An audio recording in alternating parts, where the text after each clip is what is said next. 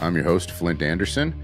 If this is your first time with us, thank you for giving us a few minutes. We hope you find some value and some entertainment and a reason to come back. If you found that reason to come back and you're with us for a multiple visit, then absolutely thank you for your time, and I hope you enjoy this as much as you have the others. If you do not already follow me on social media, all the different ones under Old Man Energy, please do that. We post daily content and some different content, some repurpose of the podcast. And like and subscribe here, as always, to make sure that you get notified. Today, we have a guest. His name is Dan Bagniuk. He is a young man, very successful in his career. After writing copy for some of the biggest 7- and 8-figure brands in the coaching and consulting space, Dan created Hidden Profits, an email marketing agency helping business owners uncover hidden profit centers and sales channels to collect an extra $60,000 to $100,000 a month. That sounds like a lot of money to a lot of people. Welcome, Dan. It is my pleasure. I just recently, like in the last couple of minutes, found out how old you were. That's an impressive resume for somebody my age. So somebody that's much younger that's already done that is very, very impressive. Can you tell us a little bit more about what you do or why you do it, or how you'd like to explain that? Yeah. So basically, in a quick nutshell, a lot of coaches and consultants leave a ton of money on the table. The reality of the situation is at any point they're converting about 3% of the leads that they generate. So what I do is we help them basically acquire more of those leads, actually own that attention, and then monetize that attention by taking care of the 97% of people that most coaches and consultants forget about. And that's where all the cash is. And that's kind of why I named it Hidden Profits, and why I talk about hidden profit centers and sales channels is mainly because so many people forget about the acquisition channel of email. So we help install it. And then as a result, a lot of our clients have made over $1 million in the last between like 5 to 15 months ish. So that's in a quick nutshell of what we do. Gotcha. How long have you been doing that? So I've been in the sort of copy email space for almost 3 years now, almost on the dot too. And in that 3 years, did you start out with somebody else, or did you start independently and grow your agency from there? So I tried starting on my own as a freelancer very unsuccessfully. I can touch on that later, but I ended up getting a couple opportunities with 2 different agencies, not necessarily just in the email side. One of the agencies I was writing a lot of Facebook ads for, so I got to see that side of the spectrum. And then the other agency was really just like any type of copy. So even through those agencies, I got to work with a lot of like celebrities that you'd probably recognize, and even just like really big brands that use paid media. So I got to develop a lot of my skills and knowledge through that. And then I eventually transitioned to do things on my own, and then got tired of being a lone wolf, and then transitioned to an agency. That's that part of our story is similar. I got a lot of my training in the corporate world and had converted that to the entrepreneurial world. So that's awesome. What do you consider to be your largest win? You've got several things down on here, different that. What do you consider to be personally your largest win in the space that you're working in? Yeah. So one of the clients that we started working with at the end of September, just recently towards the end of February, we were able to cross the $1 million mark of just cash collected just through emails with them. But when I was going through I was kind of breaking down the results and creating a case study, I realized that within like the first either 5 or 9 days, we collected about $67,500. And then within 100 days, it was 600.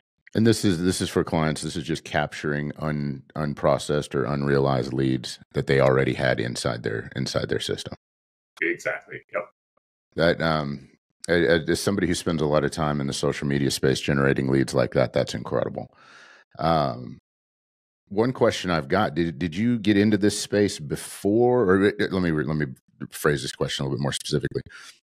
One thing that you hear in the social media space, especially sales online and what have you, is there's a lot of challenges with being shadow banned or just getting your message in front of people and having that be done somewhat arbitrarily if you post something they don't like or what have you. So a lot of the push is to go to email marketing and email lists so you control your audience.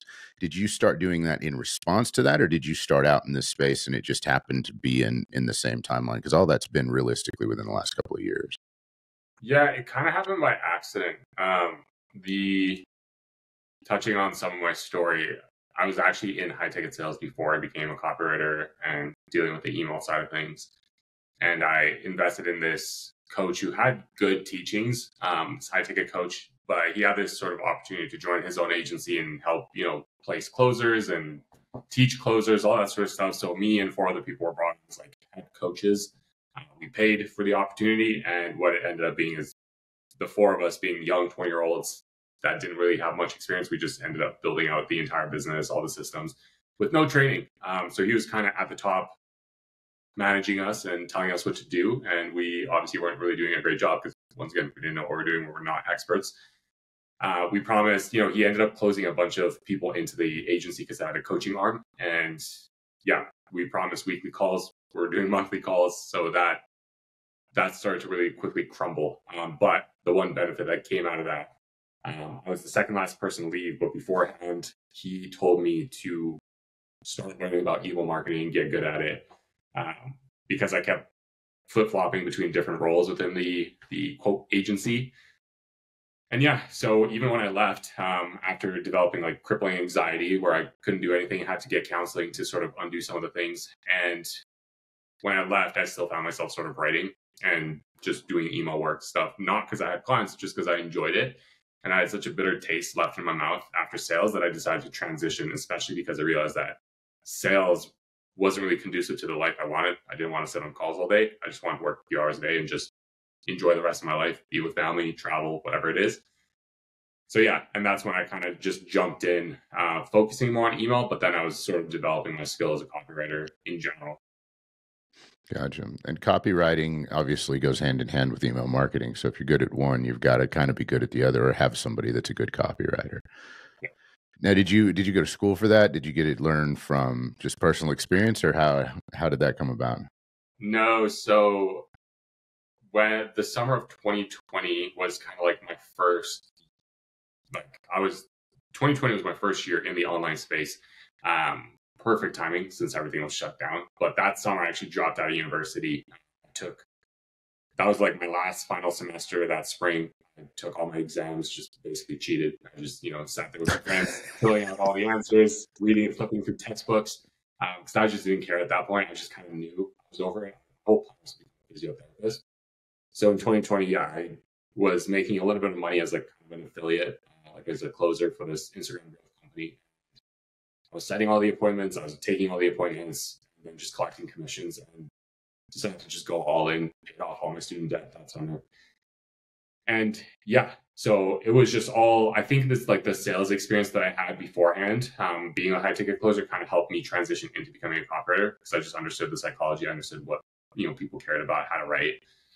And it was just a lot of trial and error. When I transitioned from sales to copywriting and email, I spent a chunk of 4 months between April 2021 and about August 2021, where I every single day was sending out like 50 Instagram video DMs to fitness coaches and whatnot, because that's the niche that I want to work with, offering them free samples. A couple of them took me up on it, but none of them really ended up being paid clients. But through that practice of just writing every day, that's kind of what helped me develop my skill. So yeah, that's no school, no background education. Just I guess it all comes from experience. That's a hell of a grind, 50 a day. That seems to be a magic number too. That a lot of the guys that get started do that. It seems arbitrary, and to some people it seems absolutely huge. It's like there's barely sending 3 or 4 messages a day, let alone 50 different video messages.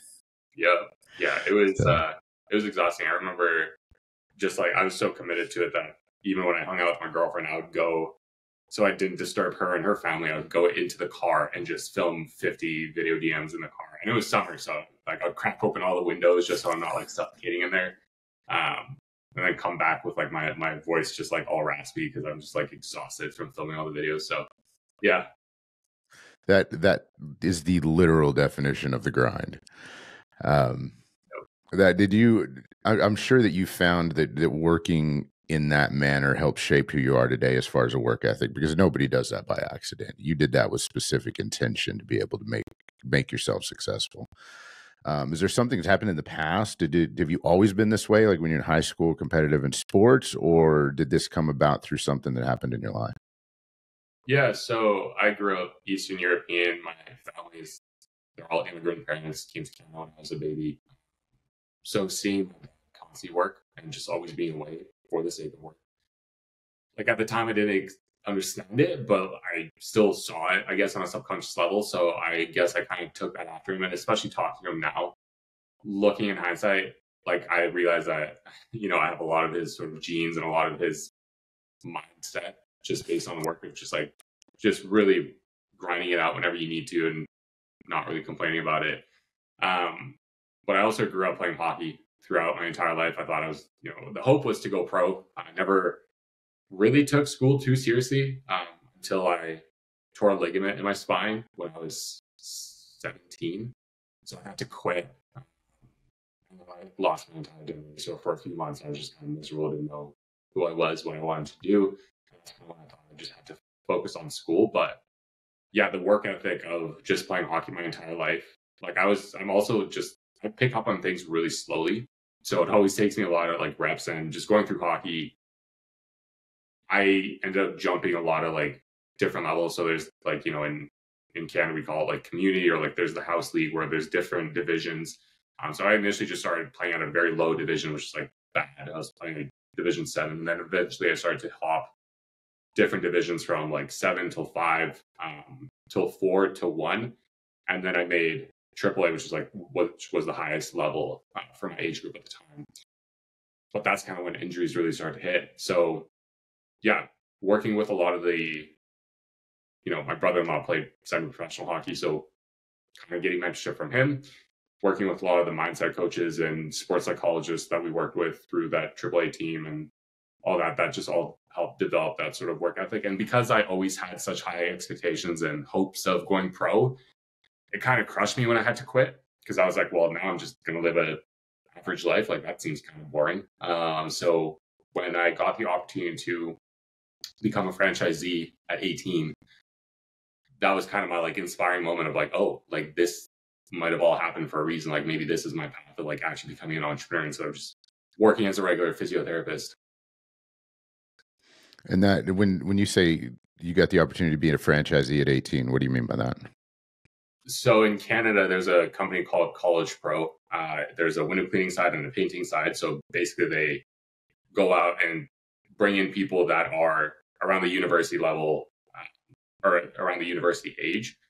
And they help set them up with the business. Like everything's taken care of, like the brand names there. It's kind of like buying like a McDonald's franchise. You operate on the brand name. And then you just distribute the stuff. So with McDonald's, you distribute all the fast food. With us, it was like, for me specifically, it was painting. The crazy part is though, like I never even expected that to happen, because as a 17-year-old, I got it like just a job as a high school kid, and it ended up being door to door, and I absolutely hated it.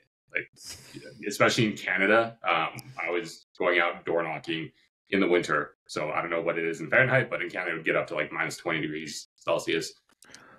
So closer, probably like 0 degrees Fahrenheit. And yeah, it was disgusting. But for between January to August, I worked with a painting franchisee. And then during the summer, I also worked with a window cleaning franchisee. So I was door knocking for 2 different franchisees under the same College Pro umbrella. And then in the summer, the window cleaner, very shortly after me working with him, reached out to me. He's like, hey, have you ever considered becoming a franchisee?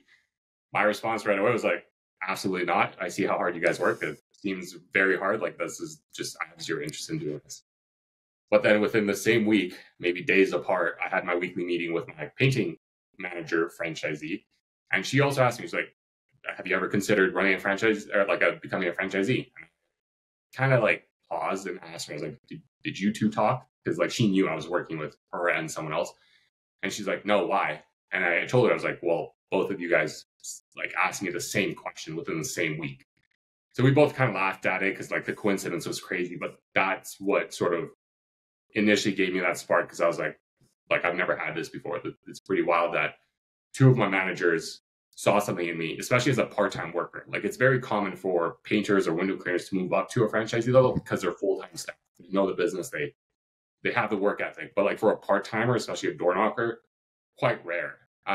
So yeah, that's kind of when I was like, well, I feel like I have to do it. I don't know what it is. Like, not that I ever had an interest in becoming like, helping with exterior painting and building a team around that, but I just felt like this was kind of my, like, pretty spiritual. So I sort of call it like this like God moment where it was just a message. So I took it.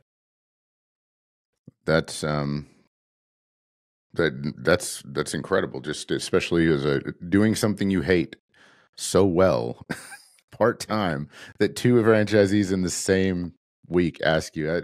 I can see where you would take that as a definite sign. That's crazy. So this is after your accident. Yeah, this was after my injury. Yeah. So you were kind of looking to redefine yourself as far as that goes. And in your in the questions that you gave me, you put in some more information that I guess you moved on from there and became a bartender, and we're looking at wrapping everything up, or is that later on in your story? So yeah, so that was later on in my story. So after I finished, the season and being a franchisee, one of the worst, like most stressful and hardest years of my life, but I still learned a lot. Transitioned online after that. And I tried to set up my own like white label agency. Didn't know it was an agency at the time, and that's how I ticket sales. So when I transitioned away from high ticket sales and got into copywriting and the email side in April, 2021, I withdrew like all my money. I was in a retirement account, like an investment account, just investing as one of them to help me make that transition. The thing is, I wasn't paying, so I didn't even have to pay off the entire thing. So I was just like, I gotta make this work. I didn't make it work right away. So after a couple months of doing all the outreach, like I didn't have really anyone paying me. I had one person that I met as a closer at the Instagram growth company who actually paid me because he had his own company to write some stuff for him, but it wasn't anything too special. So because I wasn't making any money, I had to pick up a bartending job to actually pay off the course and to just pay my own bills. So yeah, throughout the summer, between like June to October, so about 4 months, I was working as a bartender. And this was still like in the midst of me trying to get my copywriting sort of freelance gig off the ground. And me and my girlfriend took a trip to Vancouver, and we ended up driving around the campus of their university there. And I started to reconsider everything because, I was making money. I flip-flopped between different opportunities. Nothing was working. I just felt like I was, eating a lot of crap my entire way. So I started to reconsider just going back to university. I was telling her about it. I was like, maybe I should just get a software engineering degree and just work a regular job, just make a safe income and, live a regular life. Emailed the admission office. Everything was fully planning on applying as soon as the date came along in October. And this was August. And I reached out to the one guy that ended up paying me for some work because he had a software engineering degree and he had a internship at Microsoft. So I asked him, I was like, hey, like, what do you know about software engineer? Like, what do I need to know? How can I prepare? And he got back to me saying, don't do it.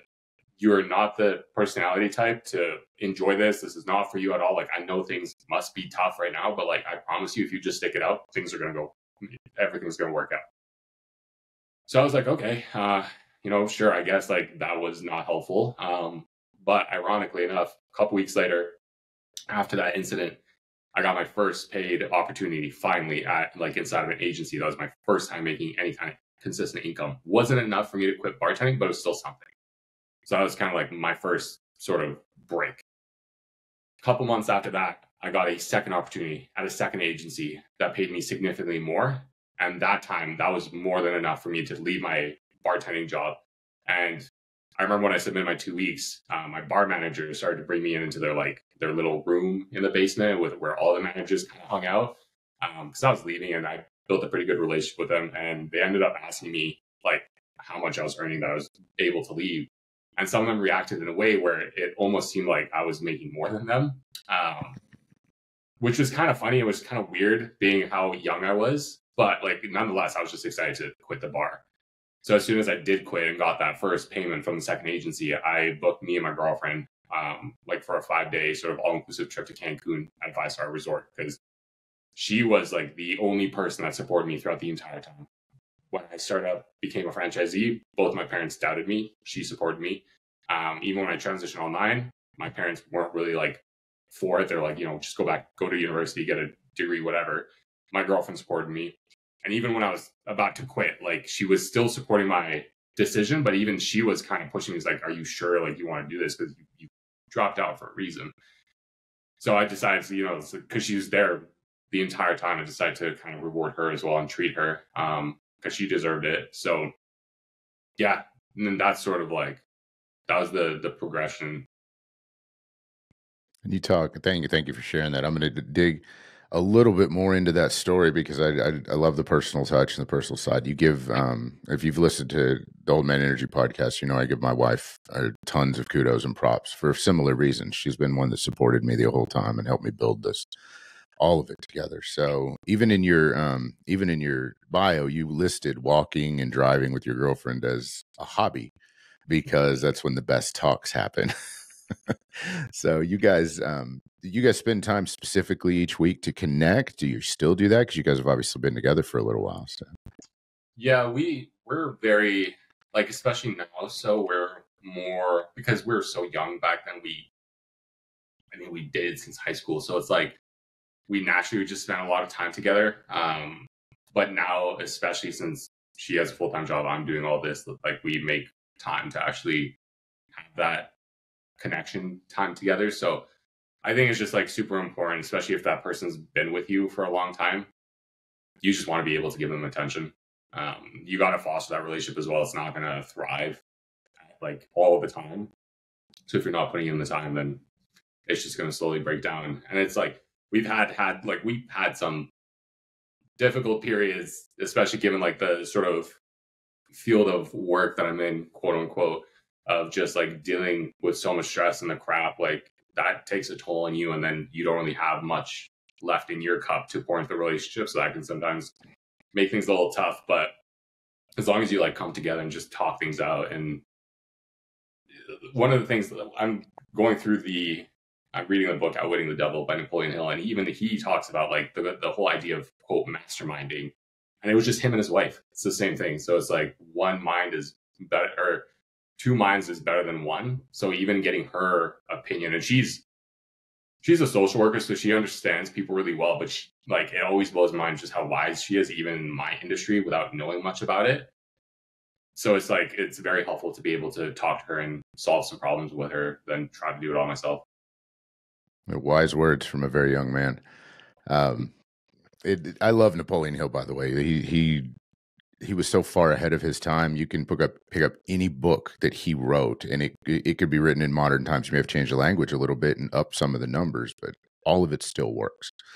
And you obviously attribute a lot of your success and a lot of your support to your relationship there. And it sounds like you still do. You guys are making time for each other, which I always encourage young people. It's like, look, once you get to the end of your life, if you've had kids and raised them, you still have to love each other when you're done. So it's important. Relationships don't just happen. They have to be fostered long term.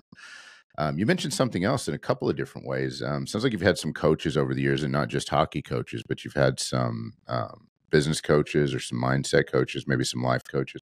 How would you help attribute the power of a coach to your success? Not maybe specifically if there's one, please share that story, but just in general, somebody on the outside looking in. Yeah, I mean, every coach, even the coach that I invested in that ended up just kind of screwing us all over, like taught me something. I've always been very open to critique and feedback, probably because I did play hockey, and I just realized that there's people better than me that can help me actually get better. Like I've gone through that experience, and it's because of the coaches I was able to jump to a higher level in hockey. But I realized the same thing even right away. Like once I got into the online space in 2020, I invested in a coach that helped me do that. Didn't really make a return from that, but I learned a lot about the online space because I was just completely brand new. even within like when I became a closer, like there was a lot of coaches inside the company I was working with that just taught and gave us feedback. So one of the sort of, I think it's just like more of a culmination of everything I've gone through, but all the coaches have had some kind of positive feedback on me, whether it's through their own one-on-one time with me or through the programs that they created. They're one of the coaches though, like he's helped me just develop my way of thinking. I still work with him day to day because as a young person, you deal with a lot of like ego, especially if you get successful. So it's helped because he's helped me transition away from agency to becoming a freelancer. And with that, it brought on like quite a bit of success and sort of recognition from pretty big names. So being able to sort of manage expectations with myself and realize what's important, because he's also very spiritual and I've always been very logical. Like I'm spiritual, don't get me wrong, but as soon as it starts to get woo woo or like sort of emotional, I kind of put that stuff to the side and really focus on like what I can control. Here's the logical side of things, very stoic mentality. So when he introduced me to a lot of the more spiritual ways of thinking, more esoteric stuff, like it started to open up my mind that like I'm in control of things, but there's also forces that can act upon me. And I'm, not going to get too woo right now, but just expanding my thinking beyond like,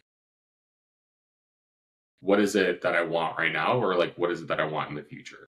And like patience has been a big thing. That's something he's also helped me develop, is making sure that one, I'm staying patient in my own path, because I'm very impatient right now, especially as momentum picks up. Like I constantly want more things to happen faster.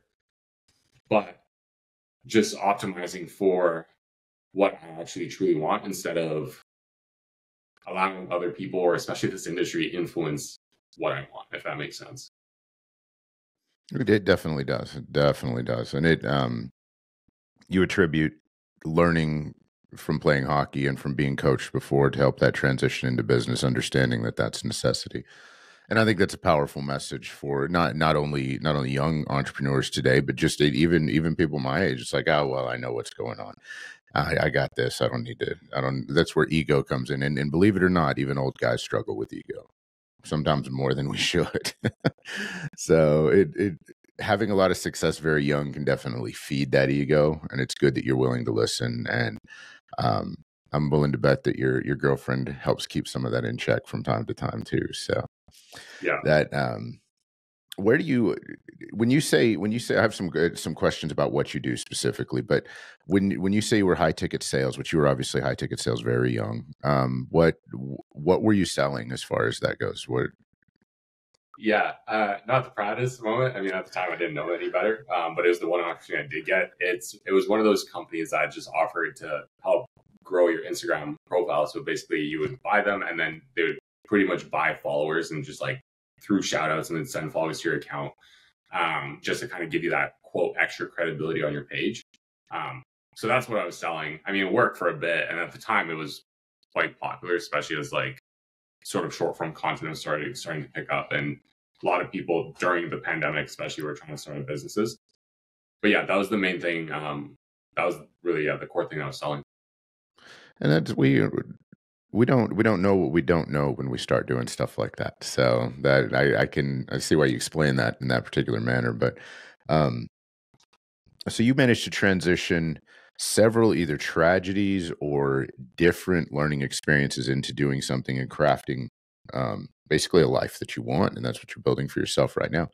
Where before we get into the business side of it specifically, but where do you see yourself in the next 5 years? Do you see yourself running a large agency? Do you see yourself still being solo? What do you want to do? It's tough for me to say. I used to be really big on like the 5 year, 10 year plans, but then I realized just things change so fast, so soon that that plan kind of got thrown out the window.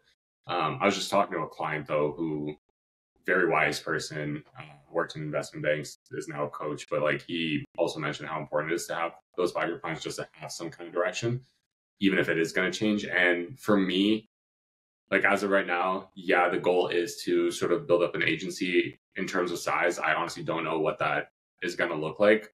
What I've realized going from solo to having a team and building out the infrastructure is one.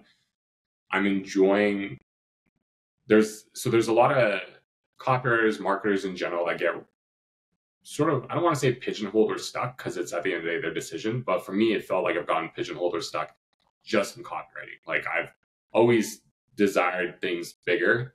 So when I even became a freelancer, I was like, well, is this it? Like I feel like there should be more. And even when I started the agency, I was like, okay, well, there's more skill sets I need to know as like a founder, CEO. And that's where like the interest of just developing systems, operations, all that is very intriguing to me. But the other thing that I realized is that I enjoy pouring into people a lot. I mean, like, there's like a running joke that everybody becomes a coach. Doesn't matter what kind of results you produce. You just coach people on random things. But it would be great if I could coach, down the line when I do produce some worthwhile results or something that I can coach on. I had this kid from Poland reach out, and I helped consult him, and he produced some crazy results, and that was super fulfilling. Even with my team, just having calls with them is super fulfilling. So yeah, just kind of creating that agency that, has a name, a brand, and respect behind it for the people that we serve, but also just being known for the growth that we create inside, whether people want to stay on and grow with it, or people come in and then we sort of leave them better than when they came in. Like that's the goal. So that's like loosely kind of where I see myself in 5 years. But definitely more so out of the day to day, but sort of running on a high level, like a company that's respected and does great work, so that I have the time to also spend with my family and my friends and do what I want to do with my life. Sounds like giving back's important to you. You just, no matter what you call it, consulting, mentoring, coaching. And you're right. I love the joke. Everybody's a coach in one way or the other. And people want to slap on there. I get DMs constantly from coaches all the time. And I don't usually engage with them a lot because there's just a cold pitch. It's terrible. It's just awful. When you and I started chatting, it was just talking about Facebook profiles and looking for more interesting stuff, which was cool. I like the fact that you led with, after you've developed the credibility and put something on the table, you want to start teaching and coaching. That's huge. I got the only one I've even messed with. I got one message about 2 months ago from, I don't even remember the guy's name. He was a 21-year-old coach out of Europe, a life coach, and he was offering me his services. And I'm like, what exactly are you going to teach me at 21 years old? Life coach wise. I can help you live your best life. I was like, okay, why don't you go get some life experience first, get some credibility, and then come back. So it's real important to know what you're doing. So for those of us that are not in the know, or that's a fancy way to say ignorant, what exactly is copywriting and email marketing? What does that mean? Because that's a term that you used pretty loosely, and it looks like it's a huge, broad field. Yeah, I mean, the simplest way to describe copywriting is it's just sales through words. If you ever gone on a sales call on the phone, copywriting is basically you're taking that sales process but putting it in text. The end of that quote copywriting process might be a sales call, but it's basically just leading people through a journey of just making them more aware of their problem, presenting a solution, and then just selling them on that solution. Not in a sleazy way by any chance, but just through just educating them through text. And then email marketing, very similar.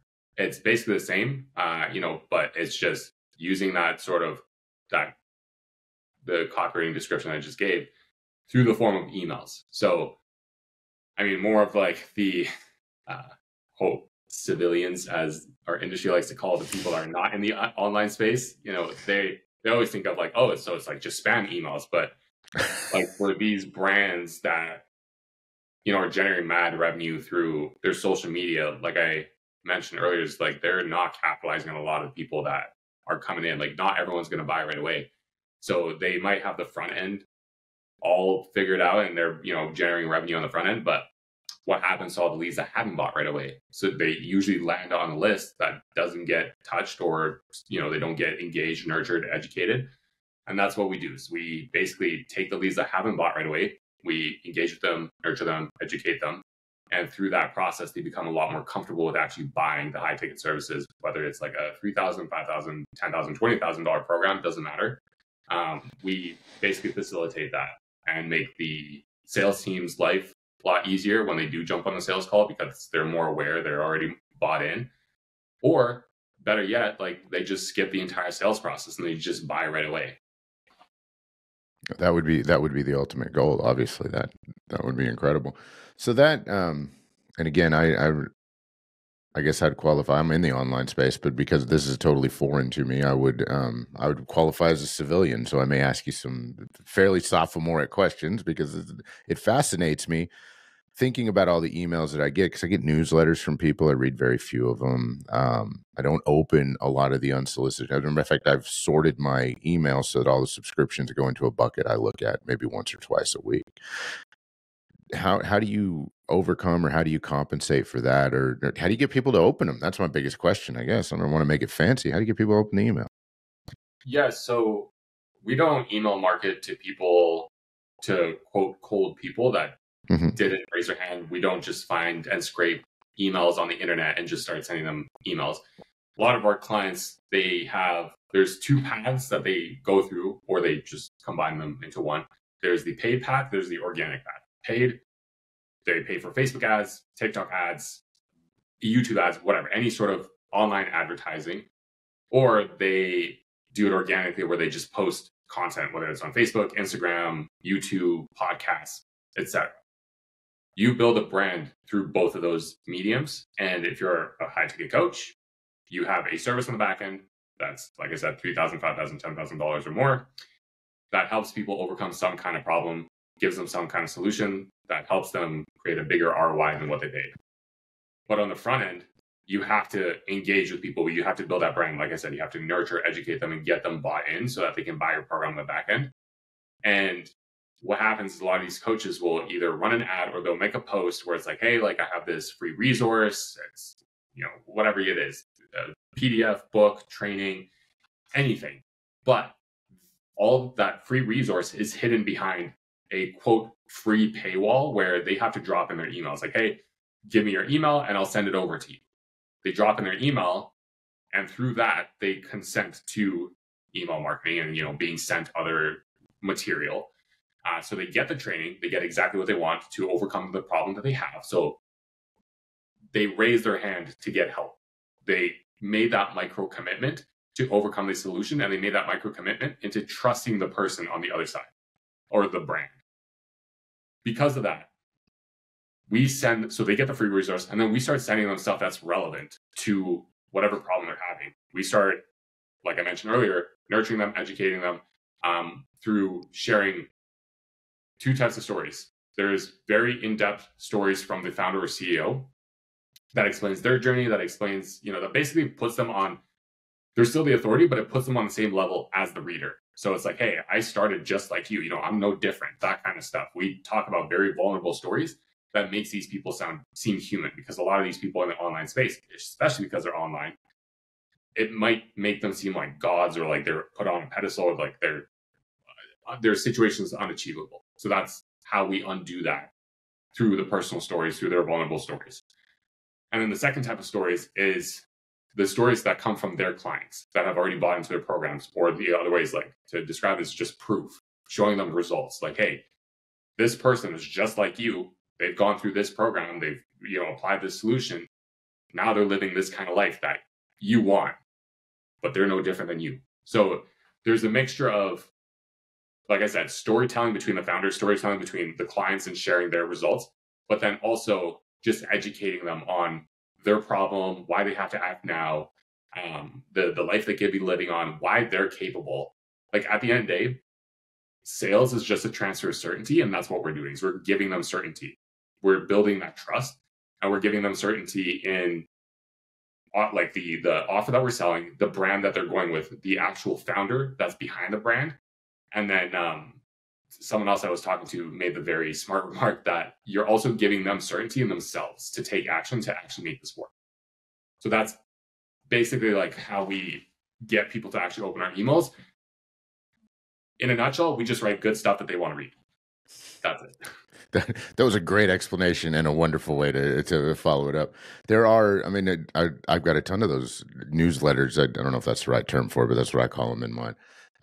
is things I've signed up for in the past, or I wanted the free book or what have you. And yeah, some of them I read and some of them I don't. I just kind of depends on the blurb. So that makes sense. That you would do that. Now your conversion rates are pretty incredible outside of there, because those are that you're taking that social proof and writing it in such a way that you're making them feel good about themselves and about the product, even after they were already hesitant on the front side. And man, how do you feel, or how do you, maybe you don't even address it at all, but from a consumer standpoint, because I spend a lot of time researching where I'm posting my content and where I'm posting on the different platforms, but there's just such an influx of like my Facebook feed or my Instagram feed is all coaching programs and business coaches specifically, because that's what I do. So it looks like everybody's doing that. Or you do a search for a toaster and then you have 1,000 toaster ads, plus here's why the toaster's good, and here's why a toaster's bad, and here's how a toaster's going to cause you cancer in 30 years. And it's just this massive throw up of information, for lack of a better term. Do you address that at all, or do you try and cut through that, or have you seen that impact your business at all? So, I mean, at the end of the day, when you're deep into something, it always seems saturated. Yes, that might be a thought between some clients, or like that might be a struggle. But once again, this is why, like, so at the end of the day, email is like an acquisition channel. It's a sales channel. That's why we add this channel into other businesses, because like I mentioned earlier, only 3% of people buy right away because they're in enough pain and they have enough certainty and they trust that person enough to select them. But the other 97% of people, they're just not certain enough. And they're probably going through the exact same thing. It's like, oh, there's so many other coaches. Like, what's the difference between this one guy and then the other guy? Like, just to give you actually to share a story that will make this make sense, is that back when I was transitioning between an agency copywriter to wanting to be a freelance copywriter, I subscribed to this one guy's newsletter who he was just like, at the end, like he launched his own sort of program. It was like, hey, here's how you become a freelancer. But because of the time I was so fresh in the agency game, I was like, oh, I don't need this, because like I'm happy, I'm making good money. Like I finally got my break. Like I'm just going to chill and enjoy what I got. But I still like kept reading his stuff. He sent consistent emails about it, et cetera, et cetera. But when the time came when I got tired of being an agency copywriter, I was like, okay, who can I invest in that can help me make the transition? Found this one guy on Facebook who, same thing, had this whole program that's designated towards helping agency writers transition to freelancing. And I was highly considering buying stuff. I started binging all his content and whatnot. And then as I was scrolling through Facebook, and then even through like my emails, I noticed once again the guy that I opted in way earlier. And I was like, oh, right, this guy also has a program. Like I kind of completely forgot, but because of his content, I remembered. And the crazy thing is, though, I had a deeper relationship with the first guy that I opted into, because one, and it was an indirect relationship because I would listen to podcasts that he was a co-host on. So I learned a lot through that. And then two, he made a post that's very successful. He worked with once again, same thing, very big name in the coaching consulting space. And he had a very bad experience where, he also had to, he had a big therapy bill because of all the manipulation he went through inside the company. And that made me relate. So that's the vulnerable story like I was talking about. He shared that vulnerable story of how he really struggled through that experience. And I was like, wow, that sounds a lot like the experience I went through with that sales coach that I invested in. I also had crippling anxiety. I had to go to counseling just to undo that stuff. So that story, that alone, I was like, okay, I'm going to go with this guy because I relate to him. He has the same program, that kind of thing. And what I did was, I actually reached out to him on Facebook. I was like, hey, I want to buy into your program. I know you launched it, blah, blah. Because I was so impatient, I ended up just scrolling through the old emails he sent in the past when he first launched the program and just booked a call through one of the links months before that he sent. So instead of waiting for his reply for 24 hours, I just booked a call right away because I was like, I'm not going to go through the process of trying to I'm just going to do it myself. And what ended up happening is I bought into the program. It was a $6,800 program. I was on a payment plan at the time, bought into it. 3-4 months later, and I'm not saying this to pump my tires, but I became one of the top students, and then I started one-on-one coaching with him. And like I said, to this day, I'm still one-on-one coaching with them.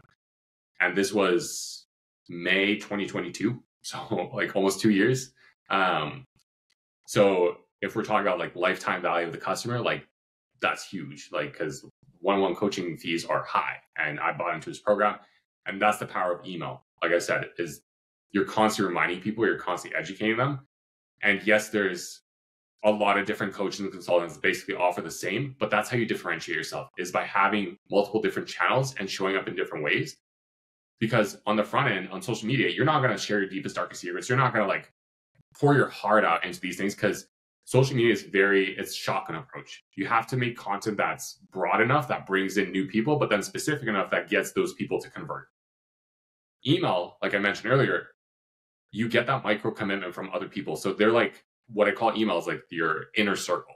They're now one step closer to your brand, to you, and to your offer, and to buying, because they've already raised their hand. They wouldn't be there otherwise.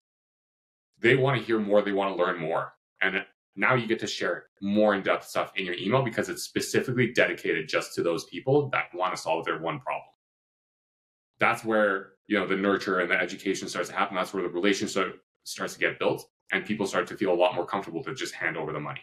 So if you're just focused on the front end, you're missing a lot of people. Like I said, 97% of leads that don't buy right away, you're probably not even nurturing them properly, because your content is a little too vague for that, or too broad. Whereas if you implement the acquisition channel, the email, you now have the ability to acquire attention. Email, now you own attention, and you have control of how you nurture that attention. Then you're able to monetize it by going deeper with them. And that you're not only good at what you're doing, you're actually a living proof example that it works. And it worked with you because of a story completely unrelated to what you do. You related to him on something else, which if you hadn't had that in that email channel, even if it was on social media, you may have missed it. A social media post lifespan is what, 3 or 4 days, unless somebody goes digging. So that's fascinating. I have a technical question, and I can't believe the time's already gone by. We've been talking almost an hour. I have a technical question, and then I have just a follow-up question that I like to ask everybody. That from the technical, this goes back to my tech roots a little bit. With the new rules that Gmail implemented this year, because they are the 6,000-pound gorilla, so to speak, did that impact your business at all? Have you seen any kind of feedback or fallout from that? So it hasn't impacted my business. I've seen a couple people get impacted by it pretty hard. And it mostly just came from sort of the poor habits they had beforehand. Like, so a lot of our clients are completely fine. Like, very few of them, if not one of them, got hit pretty hard, but that's because we weren't like, we didn't manage the actual tech side of it. But everyone else, they're fine. Like, some of our clients are producing the same results, if not even better, now that these restrictions have kicked in. And the technical side of it, like really just the nuts and bolts of it, like if you just get your DMARC, SPF, DKIM all fixed, you're all good. There's more nuance to it of, like I said, like there's sending habits and certain practices that you should implement as well. But the first priority is just getting the tech side fixed, because that's like the 80%, or that I should say, that's like the 20% that's going to result in 80% of the growth. So it has hit some people that weren't ready for it, but the solution's not that difficult. Gotcha.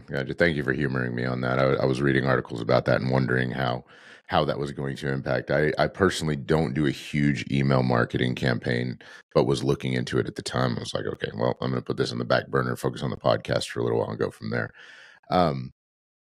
So we're just about out of time. Is there anything I didn't ask you that you wanted to say today before I ask the final follow-up question? No. You thank you for sharing your story. It's been quite fascinating, actually, and I love hearing stories of young, successful people. And please don't take offense. I call anybody under 39 young. So we're. If you could give one piece of advice to a person, an up and coming entrepreneur who's kind of on the fence about whether they want to stay corporate or go freelance or go independent? What do you think it would be? What would you have wanted to hear at that time? So it's kind of tough because for me, with being with immigrant parents and growing up with basically just my mom, because my dad spent most of his time working, I always promised myself that my future family wouldn't have to experience this where I was constantly gone. Like we would be cohesive, we'd be together. I'd get to actually, see my kids grow up and whatnot. So it was kind of tough because I always had that vision as a kid, even. So that's kind of what, when I found out about entrepreneurship and online business, that was a no-brainer for me. I was like, oh, this fits perfectly. What I would tell people though is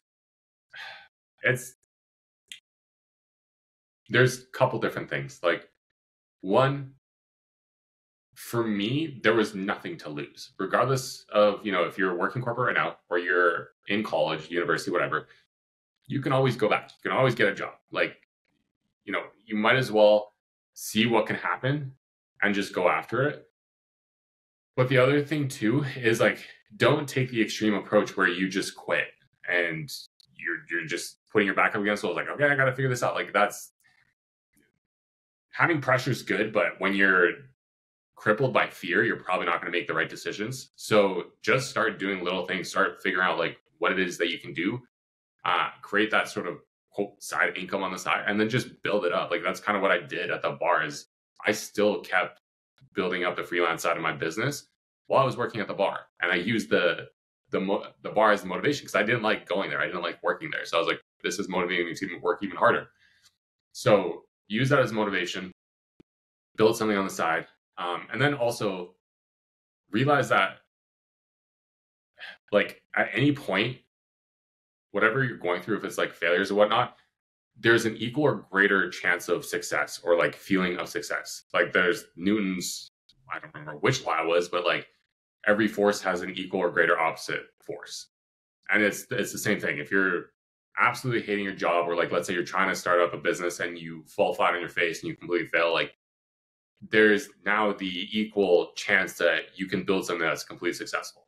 And once again, talking to one of my clients, he even mentions like when you're transitioning out of the corporate world, because that's exactly what he did. He was a banker, investment banker, a lawyer, and then now he's a trading coach and trades on the side. You have to have patience and urgency. Urgency in the sense of move fast, take as much action as quickly as you can, but then have patience to let things play out and realize that it might take longer than you expected to, but the result is going to be better than you expected it to. And that's always been the case for me as well. I've fallen flat on my face multiple times, but it's like I could have never imagined that I'd be in this position. It's a great answer. It's a very powerful answer. And especially given the fact that I think you used the word that you were impatient about 4 or 5 times on different stories. So being impatient about things and doing things is a good thing, but being patient about realization of goals and dreams is definitely has its place. So I think that's it for today. I try and keep these things to around an hour so we can keep people engaged. Dan, we appreciate your time coming on the podcast and sharing a little bit of your story. I know that you're going to make an impact on a lot of my audience. I have a lot of young men that follow me, and heck, even guys my age can get some of that energy from you younger guys that are out there killing it. We appreciate it. As always, everybody, we thank you for being here. If you're still with us, please make sure that you're subscribed so you don't miss any of it. We do release bonus episodes and shorts from time to time. And until next time, peace. Love y'all.